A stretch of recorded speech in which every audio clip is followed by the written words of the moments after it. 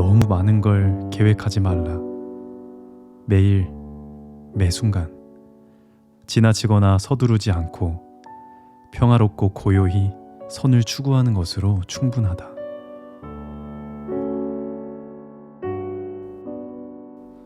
안녕하세요. 베드로 책방입니다. 모두 안녕들 하신가요? 어디 아프신 데는 없으시고요. 너무 뜬금없죠? 제가 갑자기 건강 여쭤보는 이유는 한국 사람들이 정말 치열하게 살잖아요. 학교에서도 직장에서도 심지어 가정에서도 우리 정말 치열하게 사는 것 같습니다. 그런데 한국 사람들은 심지어 노는 것마저도 치열하다고 하죠. 얼마 전에 인터넷에서 그런 글도 봤습니다. 외국인들에게는 호텔이 쉬는 장소래요. 당연한 소리죠. 그런데 한국 사람들은 좀 다르다고 합니다. 체크인 시간 한참 전에 한국 사람들은 이미 도착해 있대요. 그리고 체크인하는 순간부터 호텔 내에서 즐길 수 있는 다양한 시설 그리고 모든 프로그램들을 알차게 다 챙겨서 즐기고 논대요. 그리고 다음날 눈을 떠서 체크아웃하는 그 시간까지 꽉 채워서 놀고 쉬는 건 집으로 가서 쉰대요. 너무 재밌지 않나요? 그런데 그렇다 하더라도 말이죠. 우리 정말 일하다가든 놀다가든 우리 정말 쓰러지지 않도록 몸과 마음의 여유 잘 챙겨가면서 사셨으면 좋겠습니다. 번아웃이라는 말 이제 하도 들어서 이 말도 무뎌질까봐 두렵습니다. 오늘은 번아웃에서 벗어날 수 있는 영적인 방법을 소개하는 책, 독일 신학 박사인 페터 아벨의 하느님도 쉬셨습니다 라는 책으로 여러분과 오늘 이야기 나누겠습니다. 신앙이 소복소복 쌓이는 곳, 여기는 베드로 책방입니다.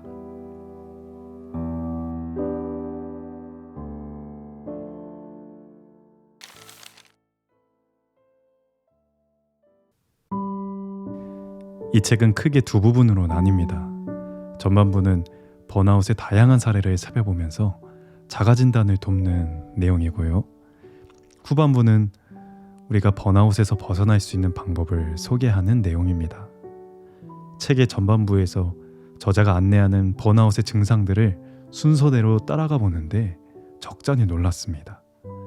저는 제가 번아웃의 증상이 저에게 일어났다는 생각은 사실 상상도 못했거든요. 몇 가지 이상 증상이 찾아온 것은 느꼈지만 그냥 제가 정신력이 약해서 일어나는구나 라고 생각하고 그냥 버티기만 했습니다. 나보다 교우분들은 훨씬 힘들게 일하시는데 하면서 그냥 살았죠. 아니 글쎄 이 책을 읽다가 알았지 뭡니까. 제가 겪은 이상 증상들이 모두 번아웃의 일종이었다는 것을요. 실제로 이 책에서 소개하는 다양한 사례들 안에서 자신이 번아웃인 줄도 모른 채 살다가 삶이 망가지고 나서야 자신이 이 번아웃을 겪고 있었다는 걸 알아차리는 경우들이 심심찮게 등장합니다. 그래서 이 책이 우리에게 줄 수 있는 도움은 우리가 무심결에 지나쳐버릴 수도 있는 번아웃의 전조 증상들, 그것들을 알아차리는데 이 책이 큰 도움을 줄 수 있을 것 같습니다. 책의 후반부로 넘어가면 번아웃에서 벗어날 수 있는 방법들을 우리에게 알려주는데요. 모세, 엘리야 이런 성경 인물들을 통해서 하느님은 어떻게 이들을 번아웃으로부터 보호하셨는지 살펴보기도 합니다. 그리고 현실적인 방법과 영적인 방법을 적절히 섞어가면서 우리가 번아웃으로부터 벗어날 수 있는 실질적인 그 도움을 주려고 애를 씁니다. 하지만 명쾌한 해결책 그리고 아주 실제적인 도움을 얻을 수 있다고 자신 있게 소개해드리기에는 한계가 있는 것도 사실입니다. 그래서 여러분들은 이 책을 읽으시면서 어느 정도 진단을 내리는 데 도움을 받겠다 이 정도, 혹은 저자가 우리에게 제안하는 방법들을 어느 정도 내가 살펴보면서 실천해 봐야겠다 라는 마음 정도로 가볍게 읽으시면 좋을 것 같습니다. 자, 그러면 이제 책의 말들을 낭독해 드리겠습니다. 오늘도 끝까지 함께 해주시면 참 고맙겠습니다.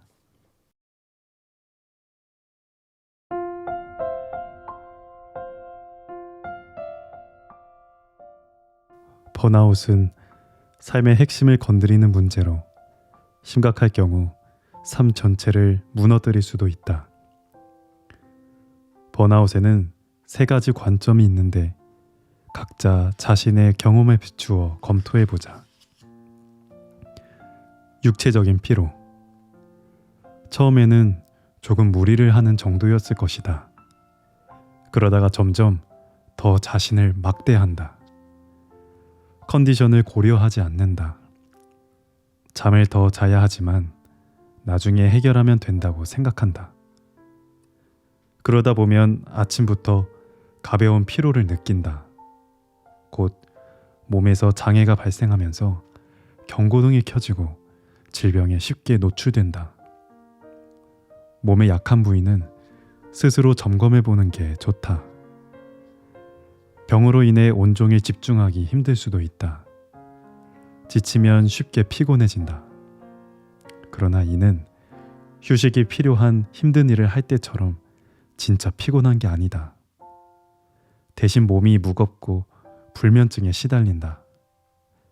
체력이 달리고 생활 습관과 식습관이 바뀐다. 술, 담배를 점점 찾게 되고 그 때문에 몸이 망가지는 것을 알아차리지 못한다. 운동에는 관심조차 없다. 감정적인 피로. 일에 가졌던 처음의 열정이 사라졌다. 원래는 성공적이고 건설적인 관계를 가졌고 공감 능력도 있었다.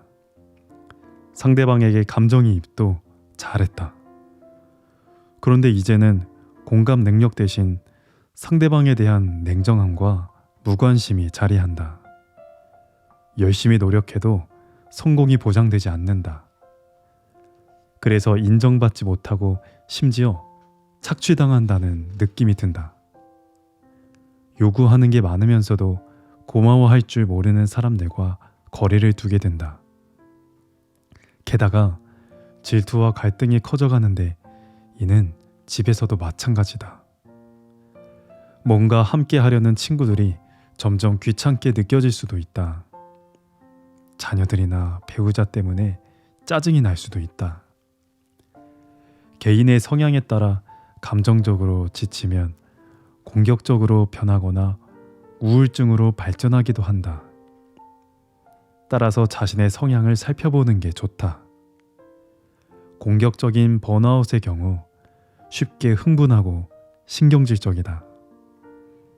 이들은 항상 기분을 참기가 힘들다. 어떤 문제가 생기면 늘 다른 사람을 탓한다. 이와는 달리 우울한 번아웃의 경우 아무것도 신뢰할 수 없고 분노와 같은 부정적인 감정들을 견디지 못한 채 낙담하고 절망한다. 삶은 빠져나올 수 없는 막다른 곳에 갇힌다.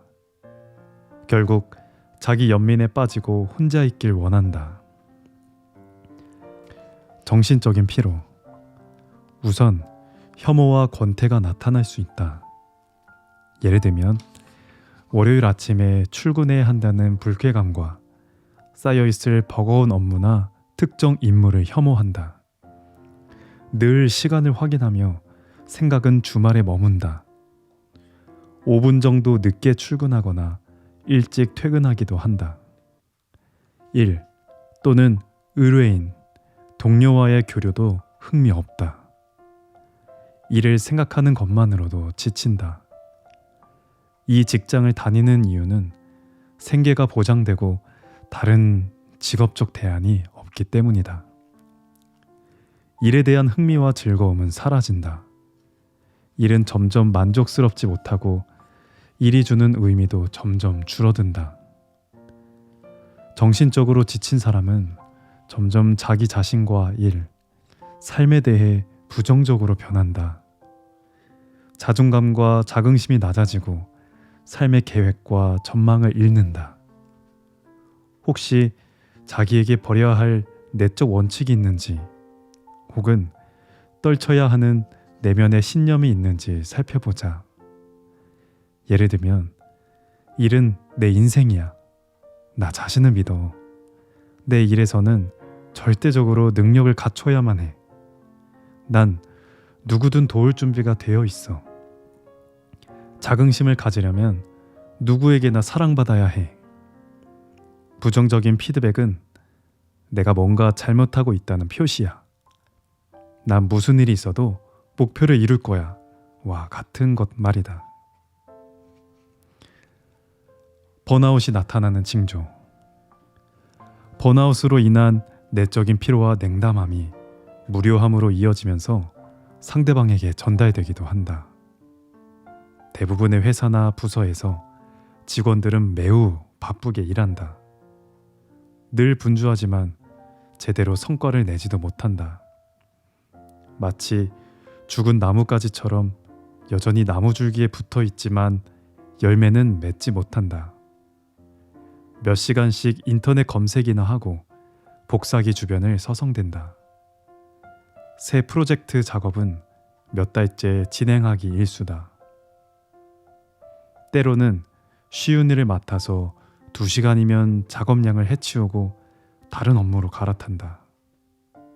업무량이 늘어나면 1년 내내 기획안을 준비할 때도 있다. 그러나 사실상 직원들은 권태, 시시한 업무, 무관심에 휩싸여 있다. 마음은 이미 사표를 냈지만 그냥 바쁜 듯이 행동할 뿐이다. 굳이 성과를 내겠다는 생각도 없지만 그래도 일자리를 지키려고 애쓴다. 여기에는 주요한 이유가 2가지 있다. 안정된 직장이라는 잘못된 동기로 직업을 선택했거나 작업 환경과 요구사항이 서로 맞지 않기 때문이다.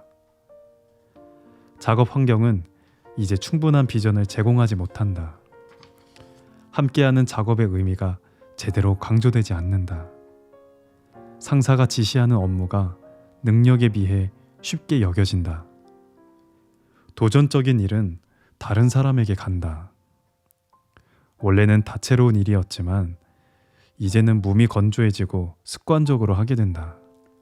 발전도 없고 새로운 도전도 주어지지 않는다. 그 결과 인정도 받지 못한다. 무료함을 느끼면서 나타나는 결과는 번아웃의 결과와 흡사하게 나타난다. 몸이 아프고 불안해지고 일에서 의미를 찾지 못하고 자신을 믿지 않는다.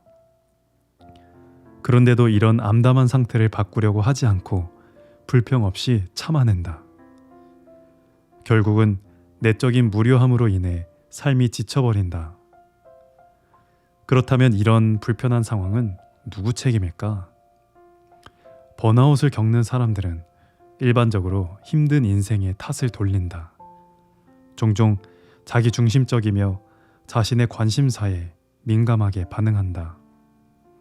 책임을 인식해야 한다고 배웠기 때문에 자신에 대한 책임은 회피하지 않는다. 감정이입을 잘하기 때문에 위기에 닥치면 마음속에서 일어나는 일을 잘 감지한다. 내가 무엇을 잘못했을까? 하고 스스로 묻는다. 자신을 책망하고 자신이 업무에 적합한지 의심하고 자신감을 잃는다. 잘못을 자신에게서 찾는다. 그러니 주변의 영향에는 별로 주목하지 않는다. 그러나 번아웃은 직업적인 문제다. 과도한 요구와 지속적인 부담으로 인해 가해지는 상황 때문에 일어난다. 번아웃을 개인의 탓으로만 돌리기보다는 일이 지닌 사회적, 구조적 조건 때문이라고 보는 게 옳다. 이런 의미에서 관계와 경험뿐만 아니라 작업 환경과 사회적 요인도 중요하다.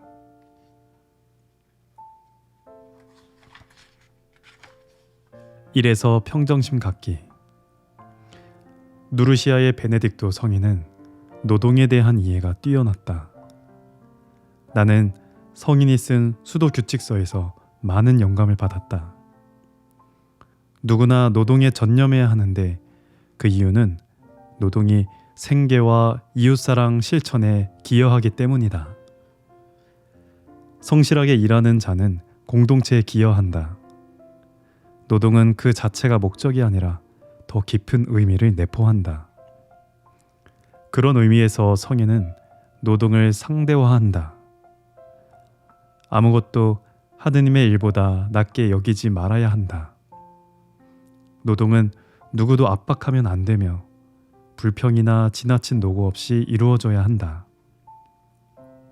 절제된 노동. 베네딕토 성에는 규칙서에서 여러 번 과도함과 탈진을 언급하면서 이를 예방할 방법도 제시한다. 성인이 강조하는 것은 교만한 일중독과 한가함 사이의 절제다. 두 가지 모두 영혼의 적이기 때문이다. 성인은 태만한 정신으로 이끄는 적은 요구는 물론 낙담하게 만드는 많은 요구에도 주의를 기울인다. 성인은 조심스럽게 절제를 강조하면서 힘든 일이나 어려운 일을 부당하게 요구하지 않는다. 요구는 능력에 맞게 이루어져야 한다. 강자에게 적은 요구가 주어지고 약자에게 많은 요구가 주어질 경우 불만족이 생긴다. 노동력이 제한되는 사람들에게는 특별히 주의를 기울여야 한다. 병들거나 허약한 형제들에게는 한가하지도 않고 과도한 일에 짓눌려 도망치지 않을 정도의 일이나 기술을 맡길 것이다. 이런 지침은 인간성에 대한 척도가 균형감을 고려해서 유동적일 수 있음을 보여준다. 절제와 식별력에 따른 재량권은 인간과 삶의 유용한 노동의 규범이 된다. 절제가 가능한 사람은 일로 도피하지도 자신에게서 도망치지도 않는다. 연례 간담회에서 한 직원이 걱정거리를 털어놓은 적이 있다. 그는 자신의 담당 분야에서는 안정적이고 만족스럽게 일한다고 했다. 그러나 몇 달 전부터 새로 맡게 된 업무에서 한계에 부딪히자 무리하게 일을 했다. 그 직원은 매우 지쳐 있었다. 일의 우선순위조차 구분하기 힘들 정도였다. 이야기를 들으면서 그 직원의 업무와 능력이 잘 부합하는지 생각해 보았다. 회사 차원에서 지원이 충분했는지도 살펴보았다. 나는 그 직원에게 업무를 충분히 잘하고 있으며 성공에 대한 평가도 긍정적으로 해주었다. 직원은 안도의 한숨을 내쉬더니 자신이 겪는 불확실함에 대한 이야기로 넘어갔다. 나는 다시 경청했다. 상호 간 신뢰가 분위기에 영향을 미친다. 우리는 함께 이듬해에 이룰 목표를 세우고 그 직원이 확신을 가질 수 있도록 대책을 논의했다. 우리가 얻은 결론은 일에서 정도를 지키는 일이 도전이라는 사실이었다. 베네딕토 성인은 노동에서의 불만도 인식했다. 성인이 속한 공동체에도 노동 배치에 관한 긴장감과 분노가 존재했다. 이런 경험을 통해 대립이 생긴다는 것도 인지했다. 요구가 지나칠 때 한계에 부딪힌다.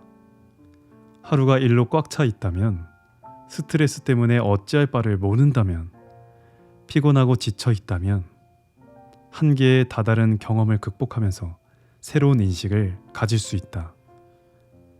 노동은 자신에게 벌어지는 일이다. 이를 통해 자신을 더 잘 알 수 있다. 일은 인간을 형성한다. 이를 통해 내적 태도를 익힐 수 있다. 사랑으로 서로 섬기고 온갖 겸손을 다하고 일상의 모든 일을 소홀히 다루지 않고 마침내 힘든 상황에서도 나 자신과 이를 하느님 앞에 드러내는 경험을 한다. 이렇게 이를 통해 더 많은 평정에 이르러야 한다. 우리에게 중도를 지키도록 하는 게 바로 평정이기 때문이다. 성인은 잘 알려진 대로 노동과 기도를 번갈아 가면서 이를 형상화했다. 한가함은 영혼의 원수이다. 그러므로 형제들은 정해진 시간에 육체 노동을 하고 또 정해진 시간에 성독을 할 것이다. 외적 질서가 내적 질서를 지켜준다. 일상은 영적인 삶이 형성되는 순간임이 증명된다. 노동의 일상 자체가 하느님과 함께하는 삶을 형성한다. 아주 작은 순간에 불과할지라도 일을 하는 중간에 내 마음을 모아드릴 수 있다. 마음을 모으면서 빠듯한 일정으로 자신을 밀어붙이지 않는다. 다양한 생각의 파편을 떨쳐버리고 영혼을 활짝 열기 위해 거리감을 둔다. 전혀 그럴 법해 보이지 않는 일상에서 하느님의 현존을 찾는 것. 이것이 바로 노동이 원래 요구하는 것이다. 식탁 정리처럼 가장 눈에 띄지 않는 일이 하느님의 도우심을 청하는 기도로 둘러싸이면서 일과 기도로 변한다. 오 하느님, 제게 오시어 저를 도우소서. 주님, 어서 오시어 저를 도와주소서. 그리고 우리는 하느님의 보호를 받게 된다.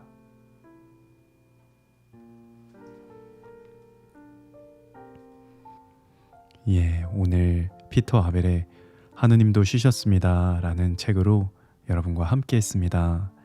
이 책을 통해서 우리들이 생각하는 번아웃의 증상들은 결코 가벼운 것이 아님을, 우리 삶을 파괴시킬 수도 있음을 생각하게 해준 그런 책이었습니다. 그리고 이 책에서 제가 또 한 가지 깨닫게 되는 사실은, 우리들이 번아웃으로 내몰게 되는 상황은 내 내면이 약해서가 결코 아니라 우리의 환경적인 요인 안에서 일어나는 증상일 수 있음을 확신하게 되는 계기가 된 책이었습니다. 그래서 저 자신을 비판하고 제 자신의 나약함을 벌하는 데서 이런 해결점을 찾기 시작했다면 이제는 거기서 조금 벗어나서 자기 파괴적인 원인이 아니라 하느님 안에서 영적으로 회복할 수 있는 그 여지를 찾아가는 데에 도움이 되는 책이었다고 생각을 합니다. 모세가 그랬듯이, 그리고 엘리야 예언자께서 그러하였듯이 하느님께서는 힘들고 지친 우리들에게 어떠한 모습으로 이끌어 주시는지, 우리를 일으켜 주시는지 체험할 수 있는 소중한 시간이 되셨으면 합니다. 이 시간 함께 해주셔서 진심으로 감사하고요. 다음 시간에 또 주일 잘 보내시고 다음 주에 뵙도록 하겠습니다. 감사합니다.